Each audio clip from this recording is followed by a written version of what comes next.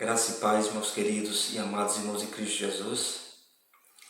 Louvamos ao nosso Deus por este dia, louvamos ao nosso grande Deus por suas infinitas misericórdias, as quais Ele tem derramado sobre a vida dos meus irmãos. Deus tem nos sustentado nesses dias difíceis, tem nos alimentado por meio da sua palavra, mesmo distante do culto público, distante da comunhão, mas louvamos ao nosso Deus porque Ele tem nos abençoado, tem nos alimentado, tem nos fortificado por meio da sua palavra. Meus queridos, eu estou aqui gravando este vídeo muito feliz por poder compartilhar com vocês um estudo da parte de Deus. Desde já, eu peço aos meus irmãos que permaneçam comigo nesse culto de doutrina, não só nesta quinta-feira, como também nas demais. Eu vou trazer aqui, meus queridos, uma série de exposições sobre as cartas que estão ali no livro do Apocalipse. Aquelas 7 cartas que foram escritas ali e endereçadas àquelas igrejas locais da Ásia. Especificamente, essas cartas estão ali no capítulo 2 e 3 do livro de Apocalipse. Neste culto de doutrina, iremos estudar a primeira dessas 7 cartas, que é a carta à igreja em Éfeso. Então, eu quero convidar os meus queridos irmãos a abrirem as suas Bíblias aí em suas casas, no capítulo 2 de Apocalipse. Iremos ler do verso 1 ao verso 7. A bendita palavra de Deus diz assim: Ao anjo da igreja em Éfeso escreve: Estas coisas diz aquele que conserva na mão direita as 7 estrelas e que anda no meio dos 7 candeeiros de ouro. Conheço as tuas obras, tanto o teu labor como a tua perseverança, e que não podes suportar homens maus, e que puseste à prova os que a si mesmos se declaram apóstolos e não são, e os achastes mentirosos. E tens perseverança, e suportaste provas por causa do meu nome, e não te deixaste esmorecer. Tenho, porém, contra ti que abandonaste o teu primeiro amor. Lembra-te, pois, de onde caíste, arrepende-te, e volta à prática das primeiras obras. E se não, venho a ti, e moverei do seu lugar o teu candeeiro, caso não te arrependas. Tens, contudo, ao teu favor que odeia as obras dos nicolaítas, as quais eu também odeio. Quem tem ouvidos, ouça o que o Espírito diz às igrejas. Ao vencedor, dar-lhe-ei que se alimente da árvore da vida que se encontra no paraíso de Deus. Meus queridos irmãos, neste momento vamos ter uma palavra de oração. Santo Deus, Pai bondoso, Pai misericordioso, obrigado, Senhor, pela leitura da Tua palavra. Obrigado, Senhor, pela rica oportunidade que temos neste momento de podermos estudar a Tua palavra, Senhor. Que o Senhor aplique a Tua palavra em nossos corações por meio do Teu Espírito Santo e que assim venhamos a praticá-la no nome de Jesus. Amém. Meus queridos e amados irmãos, antes de começar a expor aqui os 7 versos que estão aqui nesse capítulo 2 de Apocalipse, o verso do 1 ao 7, eu quero vos trazer aqui 4 considerações que eu vejo como de total importância para todos nós. A primeira consideração que eu quero fazer é sobre o autor destas 7 cartas, como também de todo o livro do Apocalipse. Como bem sabemos, e é bom sempre relembrar, como sempre, o autor dessas cartas e desse livro foi o apóstolo João. Ele estava ali, no momento que as escreveu, na ilha de Patmos, preso por causa do testemunho de Jesus Cristo. Esse relato podemos ver no próprio livro de Apocalipse, capítulo 1, verso 9. O apóstolo João ele recebe a ordem do Cristo glorificado.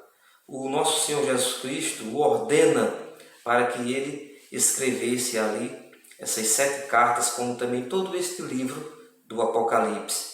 Você pode encontrar esse relato no livro do Apocalipse, capítulo 1, do verso 10 ao 11.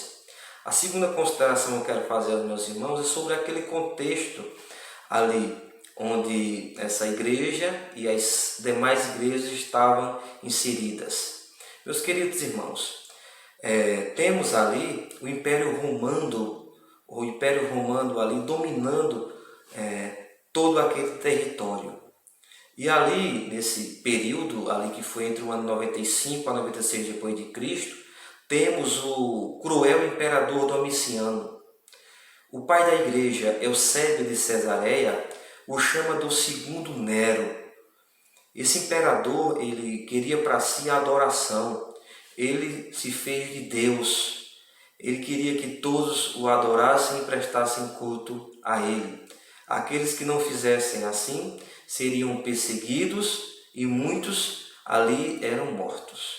Também naquele contexto, meus irmãos, a Igreja do Senhor, além de ser perseguida por Domiciano, aquele imperador cruel, também passou a ser perseguida pelos judeus da sua época.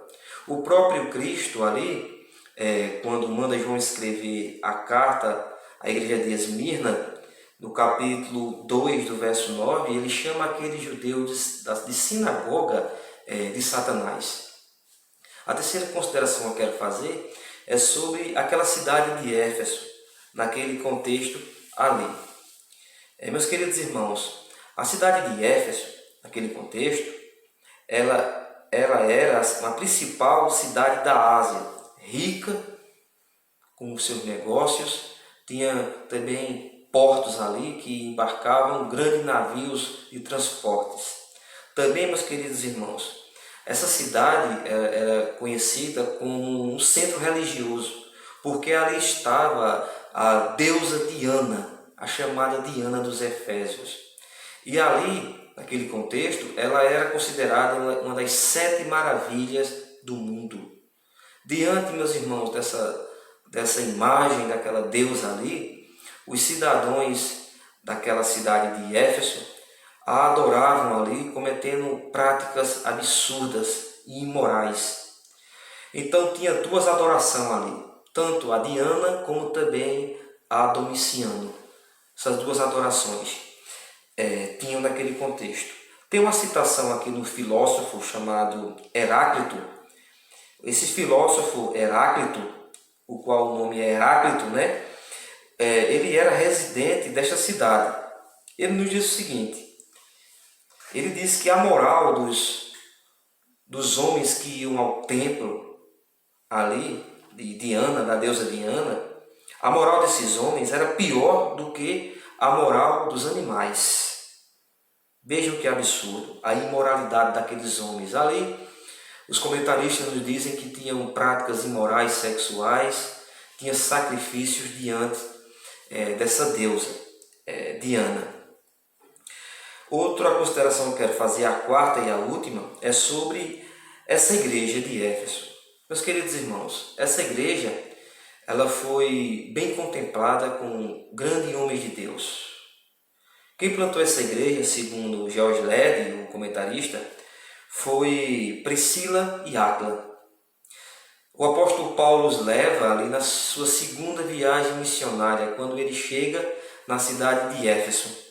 Ele ali deixa Áquila e Priscila e vai embora para Antioquia. Esse relato está em Atos, capítulo 18, do verso 18 ao 22. Isso aconteceu ali 52 anos depois de Cristo, aproximadamente. Então, meus irmãos, o apóstolo Paulo segue viagem para Antioquia e deixa ali em Éfeso Áquila e Priscila, plantando essa igreja. Meus queridos irmãos, também passou por esta igreja homens como Apolo, conhecido como o eloquente e poderoso nas escrituras. Também passou ali o Timóteo, foi pastor daquela igreja também. Podemos ver esse relato lá em 1 de Timóteo, capítulo 1, verso 3. Como também o apóstolo João. O apóstolo João, segundo Eusébio de Cesareia e Irineu, ele pastoreou aquela igreja no ano de 66 depois de Cristo. Dita estas 4 considerações, meus irmãos, agora vamos partir para os versículos. Aqui desse capítulo 2, os versículos 1 ao 7. Desde já eu peço aos meus queridos irmãos que coloquem seus olhos diante desses 7 versos, começando pelo verso 1. Vamos ver aqui o que a palavra de Deus tem a nos dizer e assim vamos aplicar ela nos nossos corações. No verso 1, meus irmãos, aqui, temos aqui o começo, né? Ao anjo da igreja em Éfeso escreve. Temos aqui a ordenança de Cristo a João, né? Escreva ao anjo da igreja de Éfeso, ou seja, escreva esta carta e entregue ao anjo daquela igreja. Quem é o anjo ali daquela igreja? É o pastor. Então, o primeiro a receber esta carta, meus queridos irmãos, foi o pastor daquela igreja. Continuando, diz assim: estas coisas diz aquele que conserva na mão direita as 7 estrelas e que anda no meio dos 7 candeeiros de ouro. Ou seja, belíssimo esse verso, né, meus queridos irmãos? Quem está dizendo isto aqui, o próprio Cristo aqui, ele se dá a conhecer como o Todo-Poderoso. Aqui a gente está vendo o atributo de Deus aqui, não é? Em Cristo. O atributo aqui da onipotência. Cristo é o Todo-Poderoso. Ele conserva na mão direita as 7 estrelas. Quem é as 7 estrelas? É os 7 anjos, que são os pastores. Aqui, meus queridos irmãos, a gente vê que Cristo, ele está conservando com todo o poder os pastores das igrejas. Isso é uma palavra muito edificante para todos nós. Também a gente vê aqui, não é? Que ele anda no meio dos 7 candeeiros de ouro. Quem são os candeeiros de ouro? A igreja. Cristo, ele anda, ele passeia, ele conhece a sua igreja. E ele chama aqui de candeeiros de ouro, né? A gente tem um relato ali em Mateus, no Sermão do Monte, que Cristo chama a sua igreja de luz do mundo. E o símbolo aqui de candeeiros é símbolo de luz, é símbolo de que ilumina o mundo. Então Cristo aqui, ele anda no meio dos 7 candeeiros de ouro, no meio das 7 igrejas, e permanece assim entre nós, nos dias de hoje também, andando. A Bíblia diz que onde há 2 ou 3, ali em nome de Cristo, ele está no meio. E sabemos que o nosso Senhor, através do seu divino Espírito Santo, ele está a nos vigiar, a nos olhar, a nos observar. Sabemos, claro, que Cristo está à direita de Deus Pai Todo-Poderoso, mas sabemos também que ele é imanente. Ele não só é transcendente, mas ele é imanente.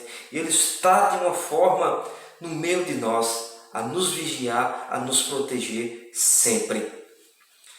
E isso daqui é uma palavra de consolo, né, querida igreja do Senhor, para todos nós. Terminando este primeiro verso aqui, meus irmãos, e partindo para os demais, agora eu quero vos trazer 3 etapas no discurso de Cristo a essa igreja de Éfeso. Essas 3 etapas serão: a primeira, do verso 2 ao 3, que iremos ver agora, que é Cristo elogiando essa igreja. Acompanhe comigo. Verso 2: conheço as tuas obras, tanto o teu labor como a tua perseverança, e que não podes suportar homens maus, e que puseste à prova os que a si mesmos se declaram apóstolos e não são, e os achastes mentirosos. Ou seja, estamos aqui agora, meus irmãos, com a palavra de Cristo ali endereçada àquela igreja, e o pastor daquela igreja, ao abrir essa carta e depois ao falar para aqueles irmãos, ele está declarando o seguinte aqui, que Cristo, ele conhece aquela igreja e conhece as obras daquela igreja. Cristo sabe do labor daquela igreja. Cristo sabe da perseverança daquela igreja. Cristo sabe que aquela igreja é uma igreja forte doutrinariamente. É uma igreja que conhece os falsos mestres e os falsos apóstolos. Meus queridos irmãos, a palavra labor tem um significado muito forte no original. Indica um serviço intenso, um trabalho árduo. Ou seja, Cristo sabia e sabe que a sua igreja, ela persevera, ela luta, ela peleja na sã doutrina do Senhor. Como também Ele sabe que ela luta contra os falsos mestres. Então, meus irmãos, temos primeiro aqui uma palavra de elogio, e no verso 3 diz assim: e tens perseverança, e suportaste provas por causa do meu nome, e não te deixaste esmorecer. Essa igreja de Éfeso foi uma igreja provada. Os falsos apóstolos queriam penetrar naquela igreja, mas vale salientar, e é bom lembrarmos, desde já aqui, em uma das minhas considerações, eu falei que essa igreja foi uma igreja que se passou ali grande homem de Deus, e foi uma igreja forte doutrinariamente, porque Paulo a doutrinou, Apolo a doutrinou, Timóteo, o apóstolo João, e eles levaram essa palavra aos seus corações e assim praticaram.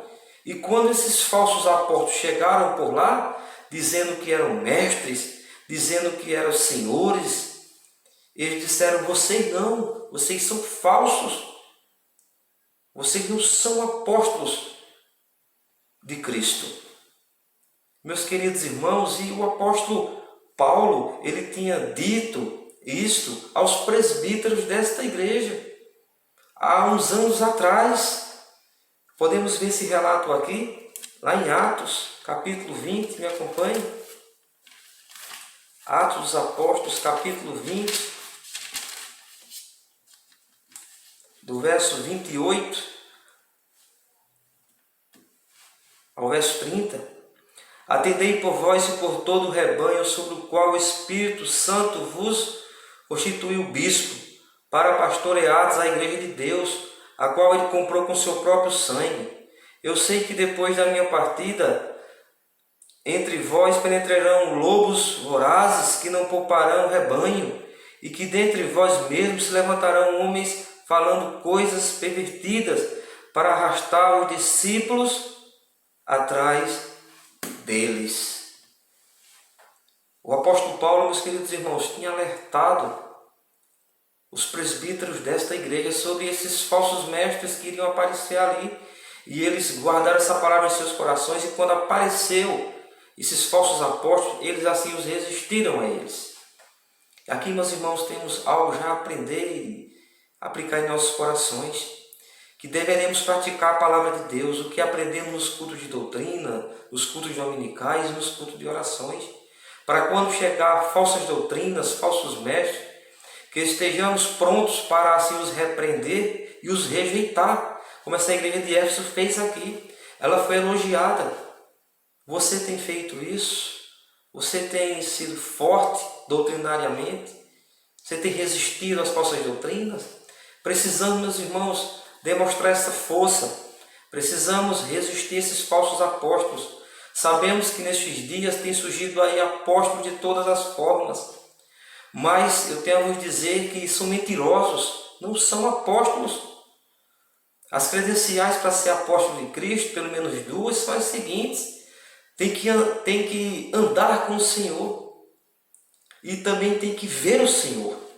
E todos esses aí que estão por aí, nada disso eles têm. Eles nunca viram o Senhor face a face e nunca andaram com o Senhor. Então, meus irmãos, a gente viu aqui, em primeiro lugar, aqui podemos dizer, o elogio de Cristo, que ele faz aqui a esta igreja. Em segundo lugar, meus irmãos, do verso 4 aqui ao verso 5, vamos ver Cristo trazendo agora a palavra de repreensão para esta igreja. Eu fico aqui pensando agora no pastor dessa igreja, ao pegar aqui esta carta que João ali escreve para ele, Ele começa a ler do verso 1, verso 2, verso 3 e fica muito feliz. Quando chega no verso 4, eu acredito que ele se surpreendeu, porque ele ali lê e vê que Cristo conhece o íntimo daquela igreja. E o verso 4 nos diz assim: tenho, porém, contra ti que abandonaste o teu primeiro amor. Cristo está dizendo: eu tenho contra ti. Vocês são fortes doutrinariamente, mas eu tenho contra ti que vocês abandonaram o primeiro amor. Esses irmãos abandonaram o primeiro amor. Que primeiro amor é esse? Podemos dizer. Eu tenho um comentarista aqui que ele traz um comentário muito importante chamado Wiersbe, um pastor americano, faleceu no ano passado, mas ele traz aqui uma citação muito importante sobre esse primeiro amor. Ele diz o seguinte: o primeiro amor é a devoção a Cristo, que caracteriza com frequência o recém-convertido. Aquele amor fervoroso, empolgado, o qual se demonstra abertamente e é comparado, meus queridos irmãos, ao amor da lua de mel de um casal. Aquela primeira vez onde dizemos que amamos e fazemos tudo pela amada, com toda disposição. E nunca deveríamos perder esse primeiro amor. Então, meus queridos irmãos, o comentarista aqui nos diz que esse primeiro amor que está aqui nesse verso 4, o qual a igreja de Éfeso aqui abandonou, esse primeiro amor é aquele amor o qual você se lembra, o qual eu me lembro daquele dia, o qual Cristo nos chamou, o qual nos convertemos, aquele amor, a devoção ao Senhor, a oração, a busca, aquele amor pelo culto. Não faltávamos nenhum culto, os irmãos se lembram? Talvez hoje você que está aí me ouvindo, está indo para o culto a pulso. Você está aí me ouvindo a pulso, não tem mais prazer. É um crente, talvez até entenda de muitas doutrinas reformadas, dos pontos calvinistas, se diz um teólogo até, mas Deus conhece o seu e o meu coração. Será que nós perdemos esse primeiro amor? Meus queridos irmãos, no verso 5, meus amados, o texto diz assim: lembra-te, pois, de onde caíste, arrependa-te e volta à prática das primeiras obras, e se não venho a ti, e moverei do seu lugar o teu candeeiro, caso não te arrependas. Meus queridos irmãos, Cristo aqui exorta essa igreja, mas também aqui temos uma palavra de esperança para esta igreja que tinha abandonado o seu primeiro amor. Vejam só o verso 5, Cristo manda se lembrar de onde caíste, manda se arrepender, meus irmãos, e manda aqui voltar à prática das primeiras obras. Temos aqui, meus queridos e amados irmãos, 3 palavras muito importantes nesse verso 5. Lembrar, arrepender-se e praticar. Esse verbo aqui, que está no verso 5, lembrar de onde caíste, meus irmãos, no original, ele traz aqui a ideia de não só se lembrar agora, mas permanecer se lembrando sempre daquele nosso primeiro amor. Também se lembrar de onde começou o esfriamento espiritual de nossas vidas, aquele esfriamento da devoção ao culto. Vai para o culto, entende o que o pastor vai pregar, já sabe os pontos, conhece a teologia, conhece os princípios reformados, mas não tem aquela paixão, aquela devoção pelo culto. E Cristo aqui diz: lembra-te, pois, quando esfriasse para Cristo. Lembra-te. E ele diz: te arrepende. Ele manda essa igreja se arrepender desse esfriamento, se arrepender dessa falta de amor. E também ele diz: volta a praticar.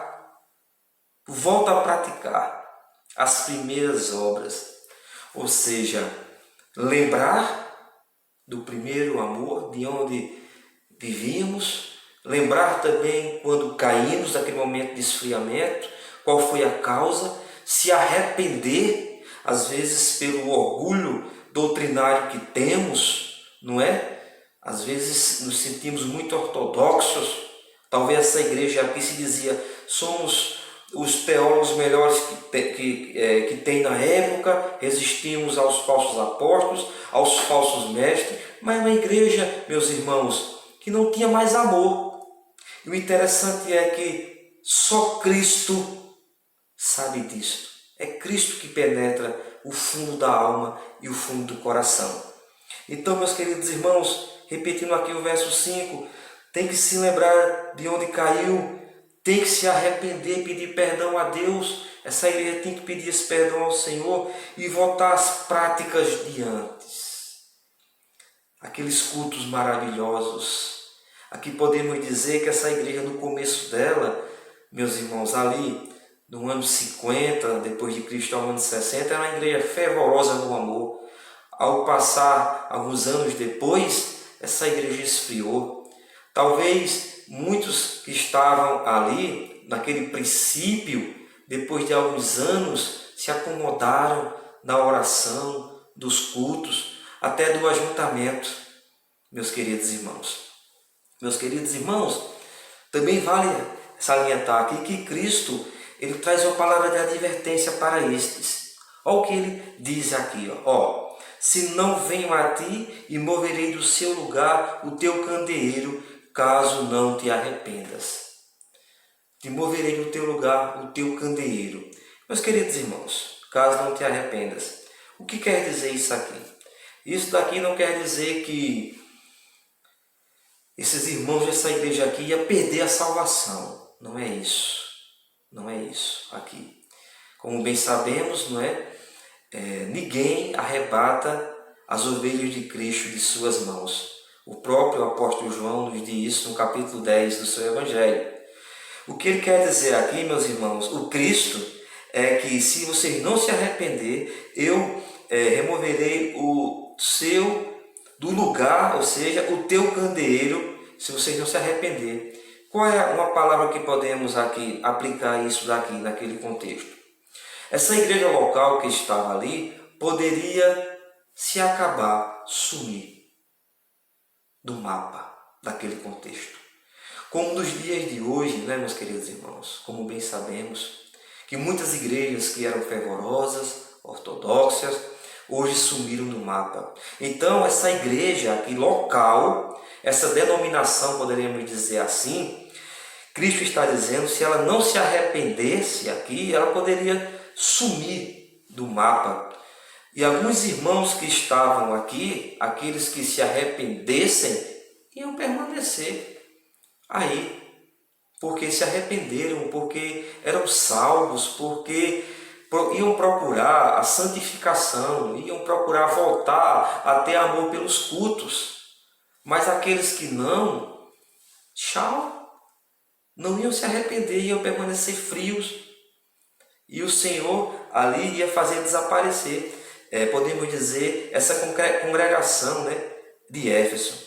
Então tem essa palavra de repreensão de Cristo. Então, meus irmãos, em segundo lugar, o que vimos aqui, do verso 4 ao verso 5, nesse culto de doutrina podemos aprender. Eu sempre gosto assim de expor os textos e trazer aplicações para as nossas vidas, não é? O que podemos aprender aqui também para todos nós é o seguinte, que muitos irmãos estão nos dias de hoje em igrejas, se dizem teólogos, que entendem a Bíblia, para os meus olhos, para os olhos dos pastores, são pessoas sábias e inteligentes, e louvado seja Deus por isso. Deveremos ser uma igreja forte doutrinariamente, mas em outra parte também deveremos ter amor, deveremos amar Cristo como amávamos antes, deveremos amar o próximo, deveremos buscar a comunhão, deveremos sempre